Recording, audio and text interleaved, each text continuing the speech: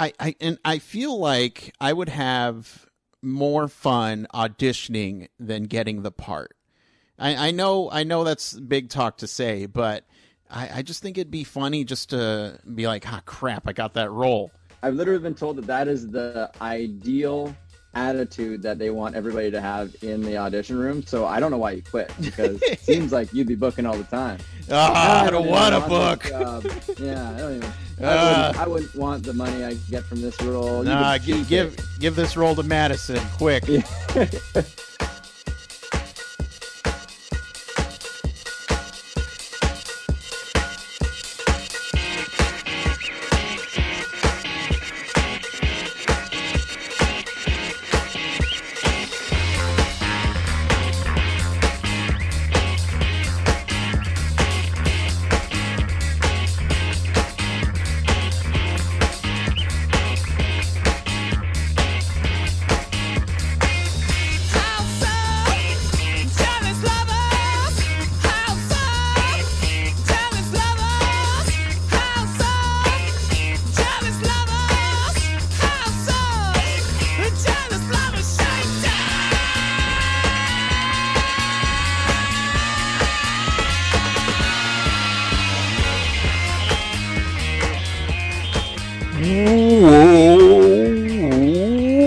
Welcome, everybody, to Casting for Two, the podcast. As always, hosted by Chris. I don't know what that was.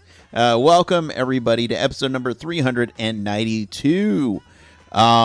Great episode for you guys today. Even listening back and editing it, I had a fun time, and I'm really excited. Before I announce the guest, even though you already know who the guest is, once again, if you are going out into the world right now, wear a mask. Wear a damn mask. You hear me? If you're going to stay at home, great. Good for you. If you have no reason to be outside, great. If you want a can of Pringles and some sody pap, then you put that mask on and you go and get your snack food, okay? I'm not going to stop you. Just mask up, all right? And while you're at it, please, everybody, be respectful to you and everybody around you.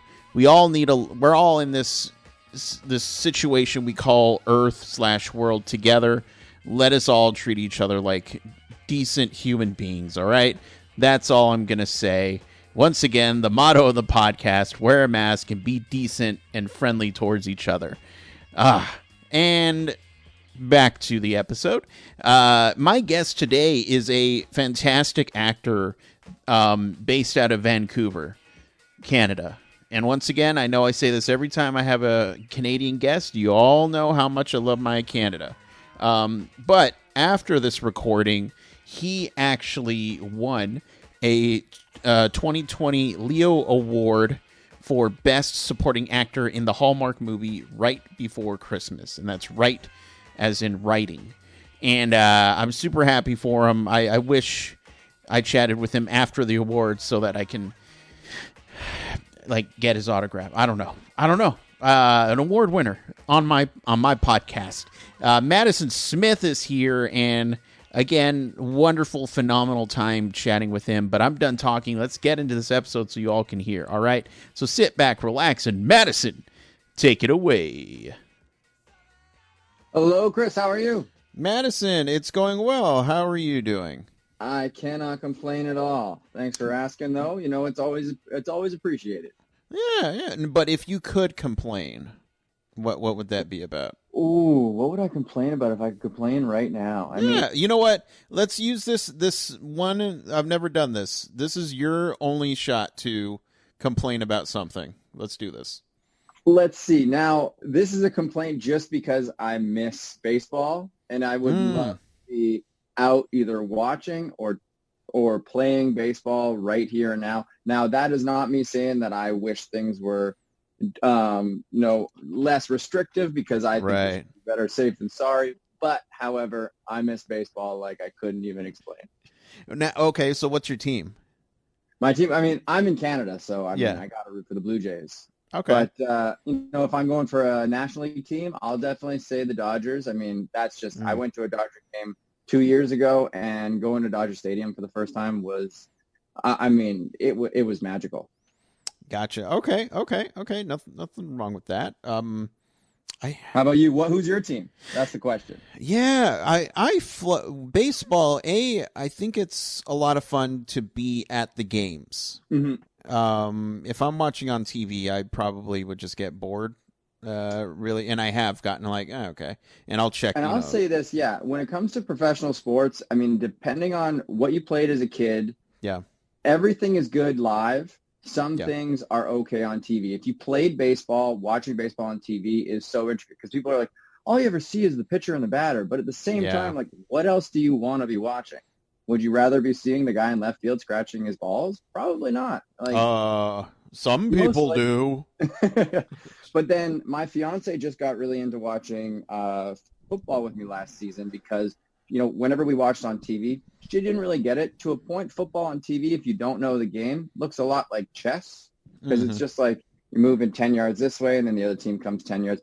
And it's not really, it doesn't really register when you're watching on TV without seeing the real scale. And we went to Right. a Seattle Seahawks game last year, and within 10 minutes, she was hooting and hollering at the team. She was, trying to mess with the offense of the opposing. It was amazing. And now, she's like, I think we should watch the Seahawks this season. Like, can we go to the bars and watch? And I was like, yes, absolutely. But they're not open, so no. So it'll be like the bar, as in like we'll put a bar up in our living room and we'll There. just like sit in front of it. There you go. Yeah, but I mean, to answer your question, I mean, for a while, as far as teams go, I would hover between the Giants and the Cubs. Yeah. I'm more of a Cubs fan, just because when I was in Chicago for a year, and I like to adopt certain teams from places I've been in, so. And when they won the championship, just seeing Bill Murray there and so happy and enthusiastic, I was just like, that has to be my team. Although I do like Hunter Pence, though. I think he's a good guy. Yeah, I'll Uh, agree. but There's a lot of good guys in the MLB that just like you just can get behind and root for. yeah. No,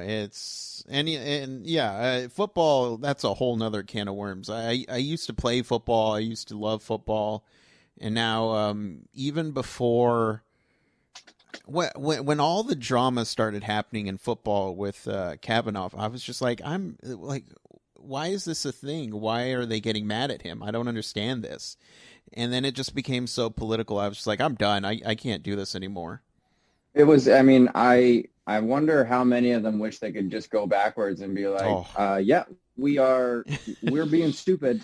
yes. We're gonna change our tune a little bit here, and yeah, it was, hindsight is 2020, and I bet you they wish that they had made the right choice back in the day. Yeah, but yeah, so yeah, I've been done with football for a while, but I will say I am a BC Lions kind of guy.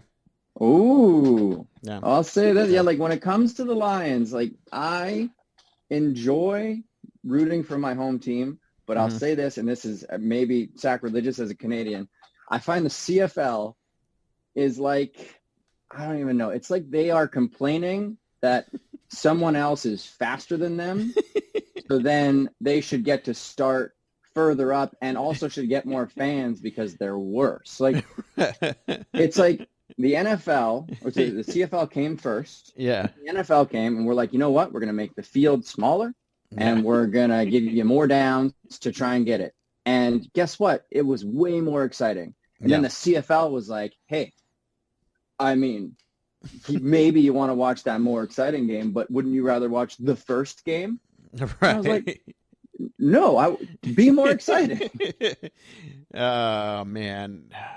Yeah, I have a Google alerts for certain teams, Mhm. and it's with not counting what's been going on this year. It was always so quiet for the Lions.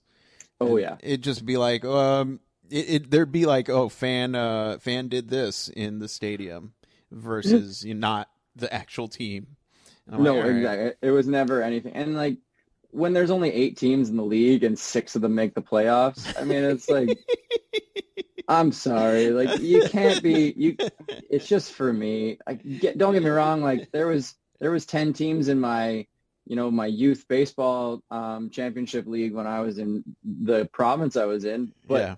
that was because we were traveling teams and we were 17 years old. Add a few more teams, guys. Like, It's so funny that there's that many teams in a league. Oh, it's just it's all ridiculous. I went to school in British Columbia, so oh no way. oh yeah, Victoria. And I would go to the laundromat and just watch what was ever on, and it was always either that or curling. So that's why I have a love for curling, because it Yeah. was so much fun to watch. It is. It's like oddly therapeutic, and Yeah. it's like when you're bowling and you're trying really hard to to move the ball with your body after you've thrown it. The same thing. Right. You're like you get really tense as it's getting to the end, and you're like, ugh, oh no, it didn't happen. And see, bowling is one of those sports that I wish I was better at. I'll start out okay, and then I'll slowly get into my head, and then I'm trash after that. Yeah. Yeah, I know exactly what you're saying. I'm the same way with golf. I went Mm, golfing for my birthday 2 weeks ago, hmm and the first hole I birdied. mm. And I was like, I'm off to a great start. I haven't golfed in a year and a half, and I was like, I'm off to a start. From then on, it was downhill. I didn't have a good hole after that until the very last hole when I birdied again.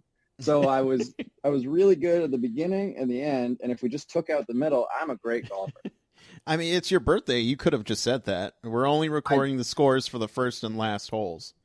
That's the thing, right? It's just those two, and then I would have won the money that we put up, which was a whole $5. That's Canadian, which means it's Woo. I'd say $1.75 American, pretty much. So you got to play with that American money. Absolutely. Get that bonus, that exchange Someone rate. slides me an American 100, I'm like, I can retire. There it That is. that was always the best when like my grandparents would send me Christmas money or whatever, and be like, "Can you send it to me American, please?" And then I'd go to the bank and just exchange it and be like, "All right," and then I'd make it rain and then immediately pick it up because I didn't want to You don't lose want, all and that that's the thing. money. You ask it for it in ones, and then you Yes. just, then you throw it on the ground. But in Canada, that's all coins, so that's Yeah, much yeah, more it's difficult all to pick up. loonies, Yeah. which Literally, it's like it's not making it rain, it's like making it hail. yeah, making it drizzle. Yeah, exactly. It, yeah, no, I'm happy to reminisce about Canada with you. I miss Canada so much. I grew up on the Pacific Northwest in Oregon, hmm so I'm familiar with Canada, and I just miss those days. And you saying, "Oh yeah, watching Seahawks games," I have like vivid memories of hating Seahawks fans because they were always so rude to me, and I was just, what's going on here? And they had zero wins to show for it, but yet they were always the angriest to me. They're always the angriest. And then, yeah, in the last couple of years, Vancouver's sort of become a bit of a hub of, if there are 100 football fans in a room, I would say 80 of them are Seahawks fan, and then the other 20 are other teams. Yeah. But I'll say this, and this might seem like one of those things that is bad. I love bandwagon jumpers. I think Hmm. they're such a good thing Hmm. because if you are a bandwagon jumper, you're joining a group of people that enjoys something, Right. and you're now enjoying it too. I mean, anybody who's like, "Oh, I liked superheroes before Marvel," like I don't Right. care. But do you enjoy it now? Did you go to opening day? Were you there when like Captain America was like Avengers Assemble and everybody's like, yeah? Like that's what I care about. So when it comes to the Seahawks, like I said, my fiance had never watched a football game, and now she wants to be a Seahawks fan because of, the experience that she had when she was there. She saw Yeah. all these people so excited. I mean, she's been to Mariner games before. She's been to other baseball games, but going to a NFL football game, Mm. that's an animal all on its own. That's like going to Queen at the Coliseum. Like it's just like you have all these people. It is deafening, and they're all on the same page. The fans at football are something that are, they're so a part of the game. Yeah. Baseball is so, I find baseball to be like watching like ballet, where you're watching something beautiful and Yeah. you're excited when something great happens, but at the same time, you're just along to witness this sort of beautiful thing. For football, it's like, if you're a good enough home field like the Seahawks have, the whole thing, everybody loses their mind and you actually affect the other team. It's such a cool thing. So bandwagon hoppers, they're good in my books. There you go. And so, I mean, even before you were like, hey, I want to get into acting, because it seems like sports played a good role in your life. Was that something that you wanted to pursue? Absolutely. Yeah, I growing up my whole life, I was, baseball in the summer, hockey in the winter, and that was it. And then when I got older, both of them ended up being kind of full year things. And at one point I did 1 year of all hockey, and then I did 1 year of all baseball. And it was kind of like, okay, baseball seems to be the one I'm going to pursue. I actually picked up and left my high school in my hometown in my senior year to go play baseball in the Okanagan in British Columbia, it's like the desert wine area of British Columbia, Canada, and played baseball in basically the league that you get drafted out of. So I played against a guy named Brett Laurie, who got drafted by the Milwaukee Brewers. Like it was, and like you could tell some of these guys were going to be huge. Yeah. So I played those, and I played a year of college baseball. And after that, I kind of was like, I was like, is this my path? I knew I was good. I always like to say when it came to baseball and hockey that I was in the top, 5% of the world. However, I was in the bottom 5% of that 5%. And that's a real tough hurdle to get over. Yeah. So I was trying to figure out, what's my next path. And then I was having a conversation with my mom, actually, and she was like, well, you wanted to be an actor when you were a kid. Is that something you want to pursue? And I was like, I got that little pitter patter in my chest. I was like, yeah, absolutely. So I realized, after a couple of years of pursuing acting, I was like, I went from wanting to play a children's game to just playing pretend. So I've really never grown up, which is kind of awesome. Next, I'm going to be a ninja Absolutely, yeah. firefighter. And that's the other greatest thing about being an actor is like now whatever my actual dream is, I can be that thing. I can just be in that movie. They're doing a thing. And so, you switch to acting. Do you find that, your background in sports and all the discipline that you learned doing that, does that inform your acting today? 100%. Actually, I was talking about this the other day, actually, because with acting, you really aren't as successful as you would like to be. Everybody would love to be more successful. But coming from baseball, where a great season is hitting 3 out of every 10 times, and that means you're an all-star, that really helped because you can kind of, deal with rejection and failure a lot better. You're set up and ready for it. Because I've heard of some people who come into acting, they were, the class clown, or they were the very attractive person in their school, and they moved to Vancouver, or I hear about them going to LA, and you get there and it's never as you expect it to be. That first year you might not audition. That second year you might have 5 and not book any. That third, like it really is a slow going and thing that you have to push through. And I think, yeah, baseball and hockey to a point really prepared me for that. I mean, I always like to say when it comes to auditioning, I will never be as upset about a role I didn't get as I was about being cut from the hockey team I was trying out for when I was 17. Because I tried out for that team for 3 months. An audition takes me 3 days to prepare for, and then it's over. If you don't get it, I mean, that's such a blip in your life that you'll never remember. I distinctly remember driving home after getting cut from that team. So it definitely prepared me. I'll say that for sure. Okay. And, we've mentioned it, being in Vancouver. It's so funny because I talk to a lot of actors and a lot of Vancouver-based ones, and I have a lot of friends that are all Vancouver-based, and you probably know, some of them, just Mhm. because it's not like L.A., it's not a big, huge city, compared to L.A., of course. Mhm. Is it weird when you go into audition having to not not say outdo everyone else, but it's like, oh, hey, there's Jim, what's up, Jim? Oh, you're in for that, stuff like, is that kind of, does that get kind of weird sometimes, or It competitive? can get weird. It can get weird and competitive. But I'll say this, like it's almost like training your mind to not be that way because Hmm. if you can look at it more so like a bit of a team aspect where, you know, if one of these guys that I'm in Vancouver with auditioning against books this role, at least one of us did, and this Hmm. is now a local actor who booked this. And anytime it's a local that books a decent sized role, all of a sudden it means that there are more opportunities for the rest of us. Hmm. Because if, for a whole season, it's only people from LA that get brought up here to work on shows, Right. that means that for that whole year, not only are we not able to showcase what we can do up here, but we're not able to be in the conversation of, you know, getting a chance. Like I still remember I did a show called Salvation a couple seasons ago.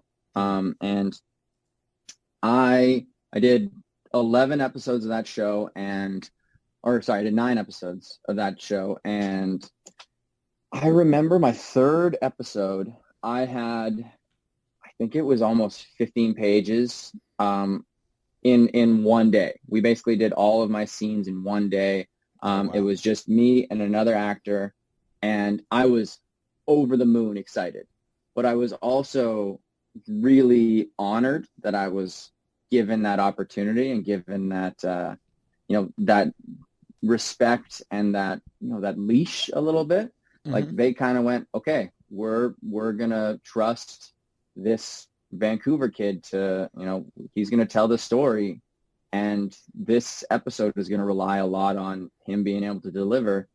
And I think I did, and I think they were excited about it, and that was such a cool thing because you like to hope that they're excited about working with the locals, but at the same Right. time, I think sometimes they go, well, I mean, they're in Vancouver, they're not in LA, they're not taking it seriously, and it's like, well, I mean, we're doing everything, and we have this small mixing pot of people to work against, so it's tough, but it's been so fun. Like every year has been better and better, and yeah, you get to know the people in the room every year, um, and you get to see other people have successes. You get to know the times where that person who you went up against maybe did deserve that role over you because of who they are as an actor and the characters that they play Hmm. versus who you are. Like I remember the audition I did for the show I have coming out this week, The Order.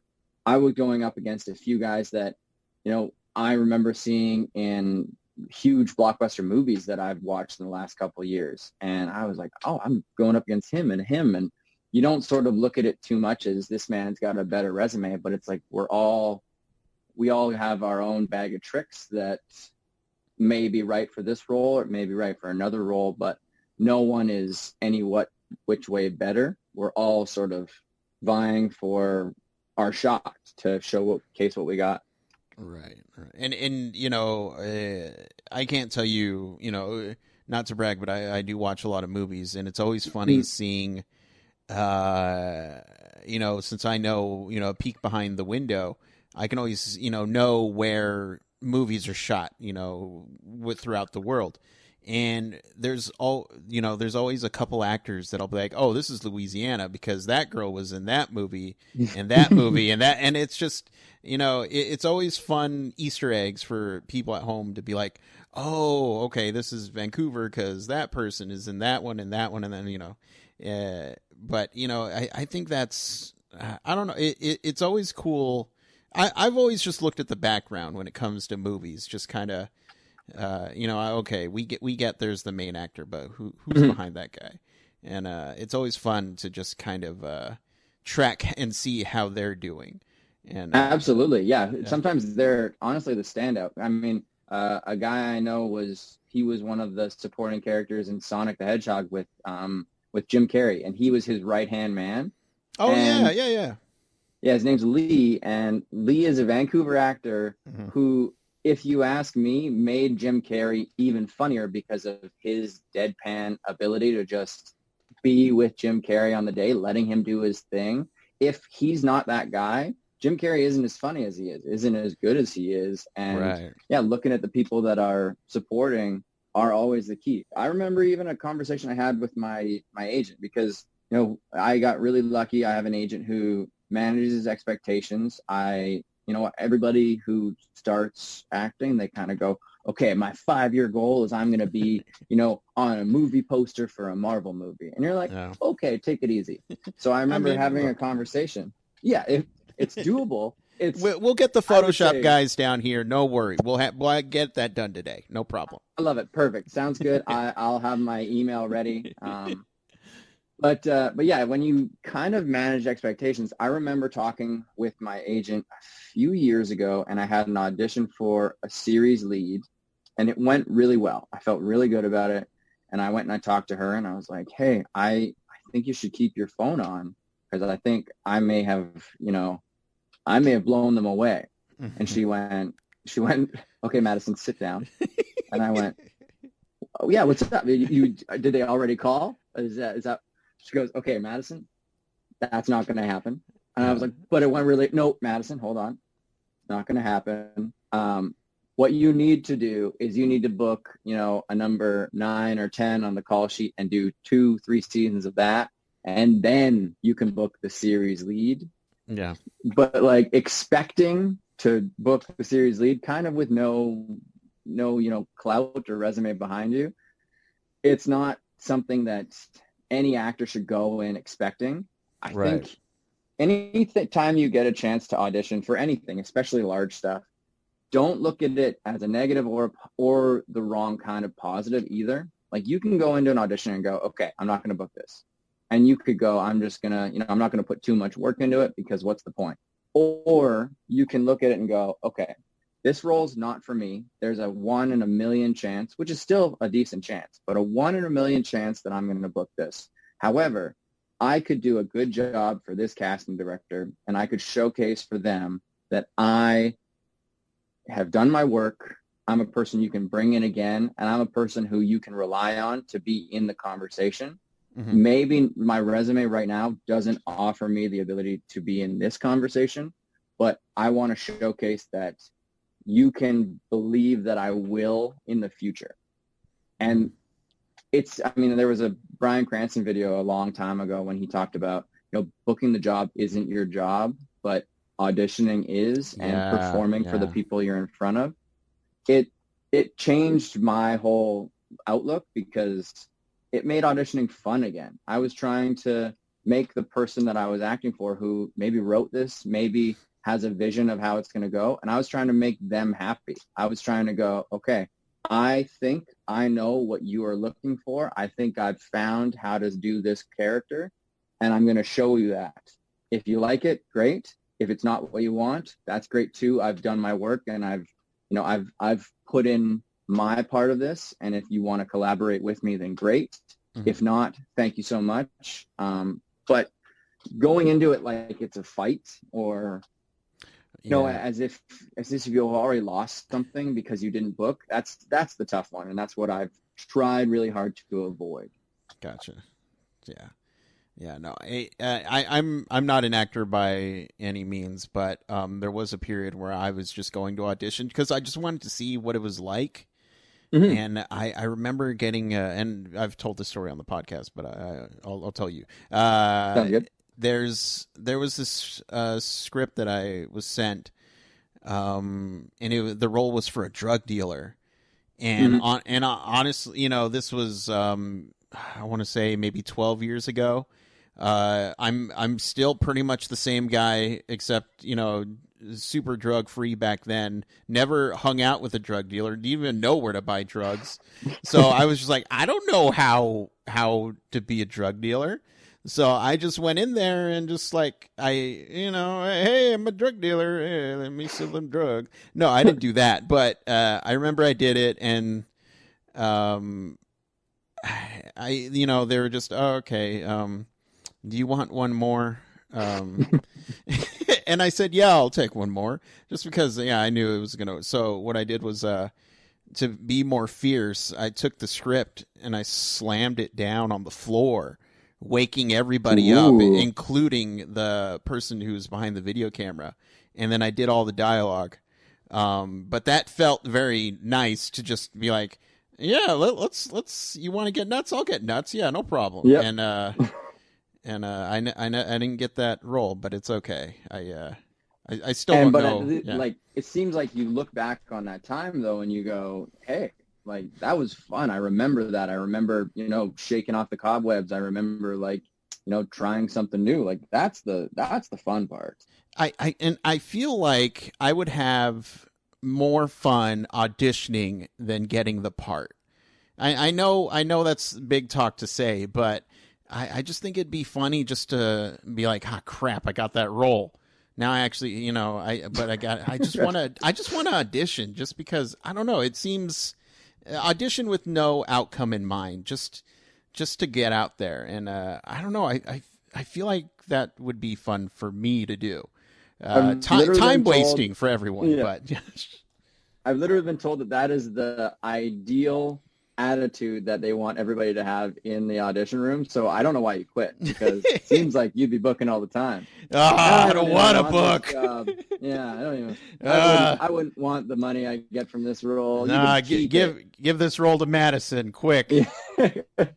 I'm only here to take one opportunity away from somebody else to give it to another person. Exactly. Oh, you know what? Yeah. That's a script right there.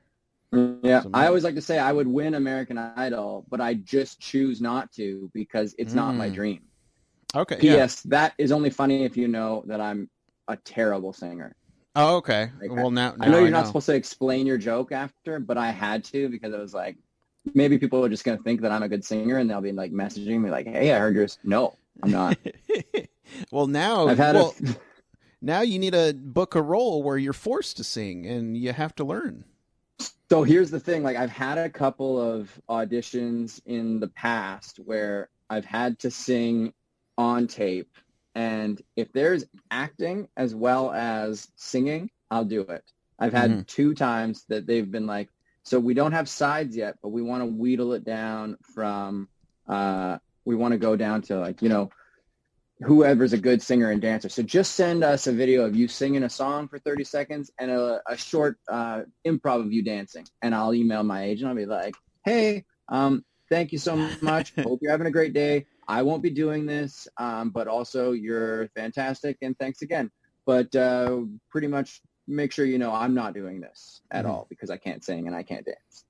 But so like I remember it was 2 years ago, and the trailer has come out, or not the trailer, but the pictures have come out. But West Side Story by Steven Spielberg was casting, Yeah. and the early auditions were just sent to pretty much everyone.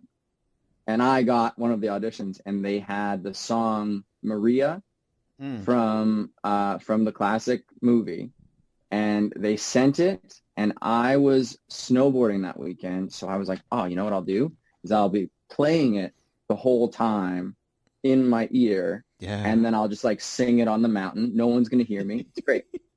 And then once I have to record it, they had sent the audio file, but they also sent the one with just the music.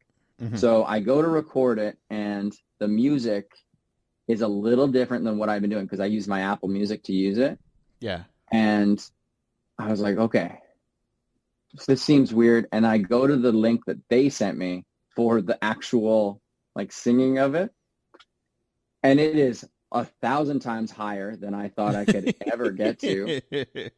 I had a coaching booked in the morning to go and do it. And I'm practicing that night. And I was like, it's like 11 o'clock. And I emailed my coach and I was like, hey, I can't do this. I won't be there in the morning.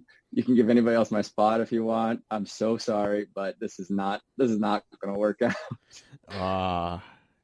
So That's I feel like I can do one of those like hidden singing guys, where it's yeah. like, you're like singing along a little something, but I can't belt at all.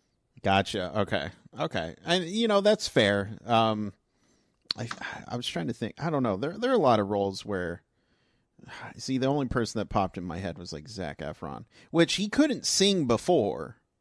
hmm Oh no, yeah, and I mean he grew into a good singer. I mean, I think he got to work with like the legendary Kenny Ortega, and Yeah. when you get to work with someone like that, it's just like, if he takes you under your wing, you put in the work. I mean, Yeah. I was like, it's the same thing if I was to be asked tomorrow and be like, hey, Madison, do you want to play for the Blue Jays? I'd be like, okay, yeah, I I hit the guess. I don't gym know. that day. Like, There you go. And we talked about auditioning a lot because mm, I like hearing stories about auditioning. But I'm curious, do you have an audition horror story? ooh, an audition horror story. Let's see. I mean, you try and block those out as much as you can. Let's Right. I'm see I'm what bringing up repressed memories for sure, Yeah, and it's exactly. probably not healthy, but it's good. It's good for the podcast. So, Well, I'll say that, and this isn't even a horror story, but it's like looking back on this, it's like it feels so cringeworthy. And for anybody who's listening to this, the pretext of this is I was in a movie called The Unauthorized Melrose Place Story for Lifetime. mm-hmm. Now, I had about four auditions for that movie for different characters. And I went in for the character Andrew Shue, who ends up playing Billy on the show. And I found out I was close. I didn't get it. But I got Mm. another audition for a person they called Stephen Dale. And so I go in, and it's like, it's like Steven is originally cast to play Billy, but he gets fired. That's all it says. It doesn't say anything else. So I go in, and I do the role, and it's just a one little page scene, and they're great. Okay, great, Madison. So, do you mind like taking off your shirt? Is that okay? And I said, oh yeah, yeah, no problem. And I'm thinking this is Melrose Place, so they're Right. trying to get people to do. And I had been doing some crunches lately, so I was like, this feels good. Yeah, sure, why not? So I lift, and I'm like doing the flex thing, and they're like, oh, actually, Madison. So little backstory: your character gets fired for putting on weight. So Oh. so if you want, like, you can just let it go. Like, you can just. And my mind went into casting mode, and I was like, oh, guys, I'm your guy. Like, look at this. Like, it sticks out all the way, and like, look when I sit down, it rolls over. Like, I'm all good. This is it. And the producer goes, Madison, this is awesome. Okay, we're gonna put you forward for this. We like you for this. So, don't go on any diets. And, if you want, like, eat some pasta. And I was Yeah. like, great. So this is a weird answer to the story, because like it's still a bit of a long one, but I remember then I got the role, and I was so excited because anytime you book a role, you're like, yeah. And then Yeah. immediately I went, wait, did I just get cast for being not attractive with my shirt off? Oh no. So for that whole 2 weeks of or 2, 3 weeks of them filming, I had to shoot my first scene at the beginning and my last scene at the end. And so I couldn't really, eat well or do anything. So basically I didn't change too much of what I was eating, but I just didn't work out at all. I was like, Mm. this is an excuse to not have to work out. So I didn't have any endorphins going on in my head at all. I remember I was at work because I was working as a server at the time as well. And Mm-hmm. I was at work, and I started having like a weird little like panic attack. But because my body was so messed up, I had only coffee. I remember Mm. doing it. And I go up so I finally now I have this little weird panic attack. I get to go home, and I watched the ESPYs that night, which were very inspirational. I just cried the whole time. So that was good. But so I finally go to shoot my last day, and it's my scene where it's on YouTube. If anybody wants to search Unauthorized Melrose Place Lifetime, you'll get to see this scene. My character comes out of the bathroom and he starts walking towards the camera and his belly is jiggling. Mm. And they cut to the producers and they're like, we gotta fire this guy. So I get there, I've now got my shirt open and they see me and they go, oh, great. Okay. Just one sec, Madison. And the producer and the director, they are like 10 feet away and they're just like whispering to each other, Yeah. whispering loud enough that I can hear them talking about me, but not what they're saying. And they keep looking and they're like pointing at me and I'm like super self-conscious. Oh, So Lord. they come up and they go, so here's the thing, Madison, we don't think you look fat enough. And I'm like, oh my God, you guys don't even, I had a panic attack 2 days ago because of all this. And now you're saying I don't look big enough. Am I going to be the guy that gets fired from the guy who gets hired to be the guy who gets fired for being fat? This is like meta if I've ever heard anything. Yeah. So they come up and they're like, so we have a plan. Here's 2 bottles of water. Do you mind drinking these and just like try not to pee for the next little bit? I'm like, yeah, okay. And they're like, and also, can you do your belt up tighter and then like lift the skin out of your belt? And I was like, yeah, I'll do that too. And now we're filming it, and they're like, it's still not working. Madison, can you stomp your feet as you walk? Oh, Lord. So all this culminates on this awful little like 5-second scene of me walking with an open button-down shirt and my belly is just going blub, blub, blub, blub, blub, blub. Oh, so I wouldn't say I have a horror story in an audition room, but I do have, that would be probably my, like, I can't believe that was something that happened to me kind of story for auditioning. That, and I don't want to be mean or anything, but it's not like this was like you're playing freaking Dick Cheney in Academy Award movie. This is, it's something that's going to be, on Lifetime, and it's just Yeah. like what And it was funny too. Like I talked to the producer at one point, and he came up to me. He's like, "Madison, just like we know that this is a weird role, but we're like, they said we needed to find someone that fit this category, and you did, which is someone who looks like they're in shape when they have their shirt and clothes on, but maybe has a few. And like at the time, I had a few to lose, so it did make sense." But I remember saying in the next audition, they were like, "So Madison, like, you've been working on anything lately?" And I was like, "Well, I did this, but I just took my paycheck and I put it towards a personal trainer because I don't ever want to go through that again." Right. Yeah, no, that's got to be. I mean, look, we're 2 guys talking about losing weight for like roles and stuff like that. But no matter what, that's got to be rough to hear. Like, oh, you need to lose weight, or no, you need to gain weight. It's just like, oh. And it was like, I'll say this too, like in looking back, like they didn't expect things. I could have said no. I mean, there was never an expectation of what I would do, because it was like you're saying, Lifetime. It was not like a movie that was gonna break records for them. It was a movie of the week for that week that people would watch and enjoy and relive the 90s. Yeah. And no one ever made me feel uncomfortable. I felt fine doing all the things that they asked. And like I said, my mind went into casting mode. I didn't think back and go, oh, I wish I hadn't, tried to get that role. For me, I was like, I want this. I would like a role in anything. And, I now have that little memory. It was a funny memory. I don't look back at it and sort of go, this was too bad. I just look at it and kind of go, oh, what a weird time in my life. And I'm sure, you got some more work after that, or, based off the recommendations of people, behind the scenes and stuff like that. Like, yeah, he's a good guy. Well, I actually talked to the casting director. I saw him out one day and I was like, he came up and he goes, Madison, I'm so sorry that you had to do that role. And I went, and I'll say this, because it was a fine-ish movie, but I said to him, and I was like, I I'm okay because I had the most interesting part of the film.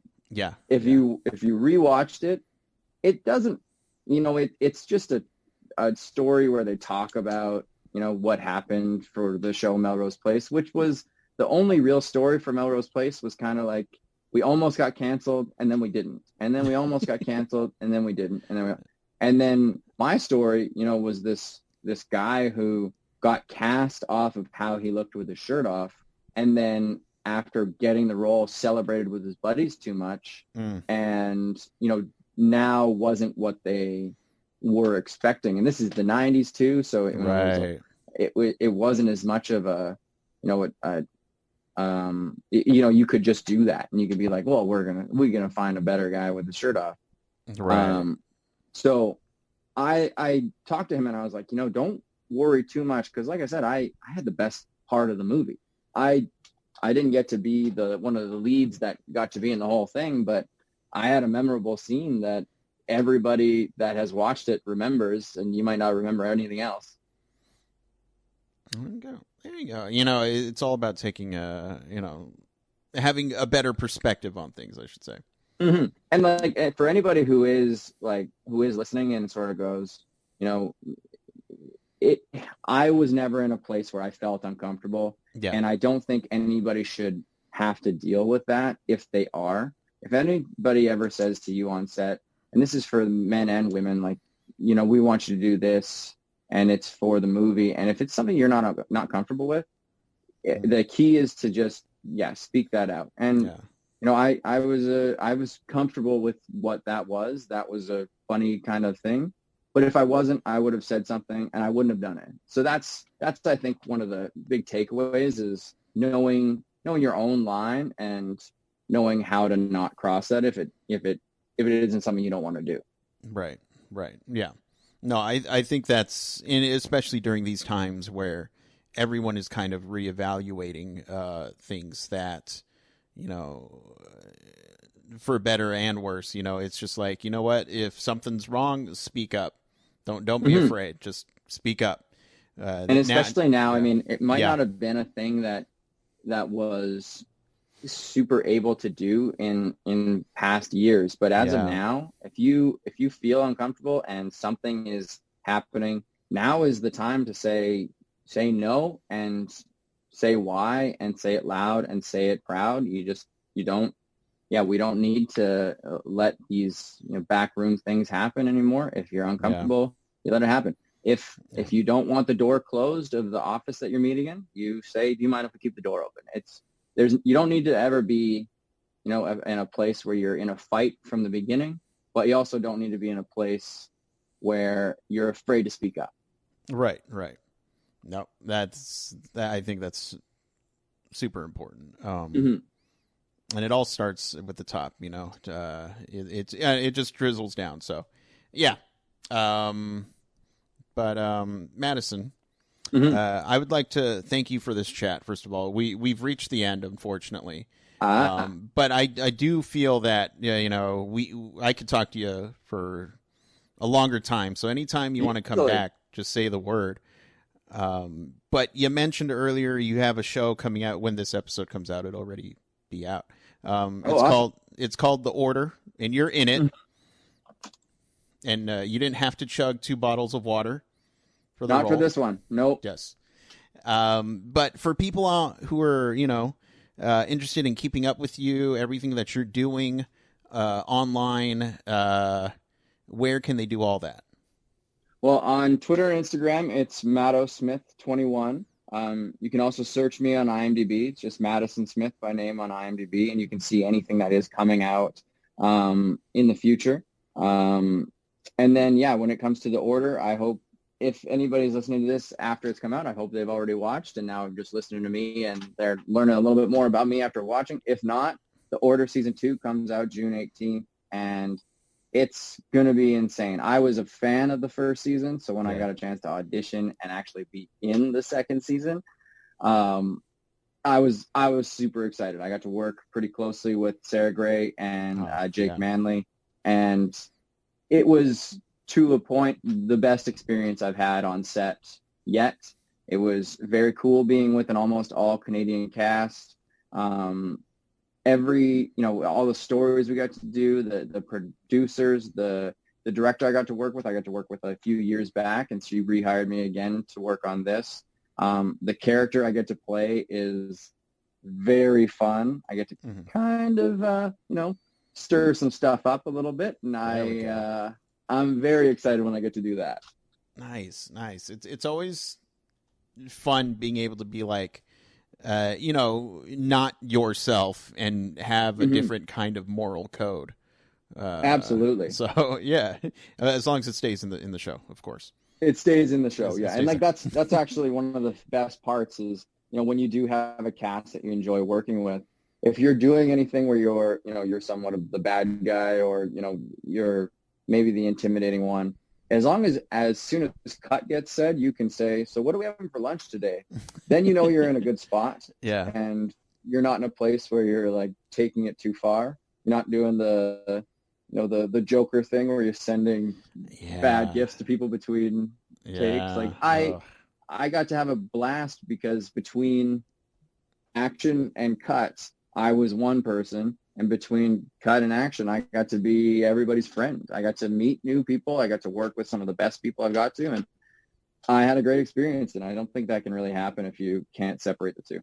There you go. Yes. Yeah. I most certainly agree. And I'm glad you didn't send any like weird dead animals to Will Smith during this. Yeah, I just chose not to. Right. I thought it was a bad idea, and I stuck with that decision. There we go. But yeah, seriously, anytime you want to come back and talk sports, I'd be happy to have you back, man. Awesome, Chris. This was a blast. No, I'm glad. But I'll let you go and continue to stay healthy, stay safe, and have a good rest of your day. You as well, buddy. All right. Bye-bye.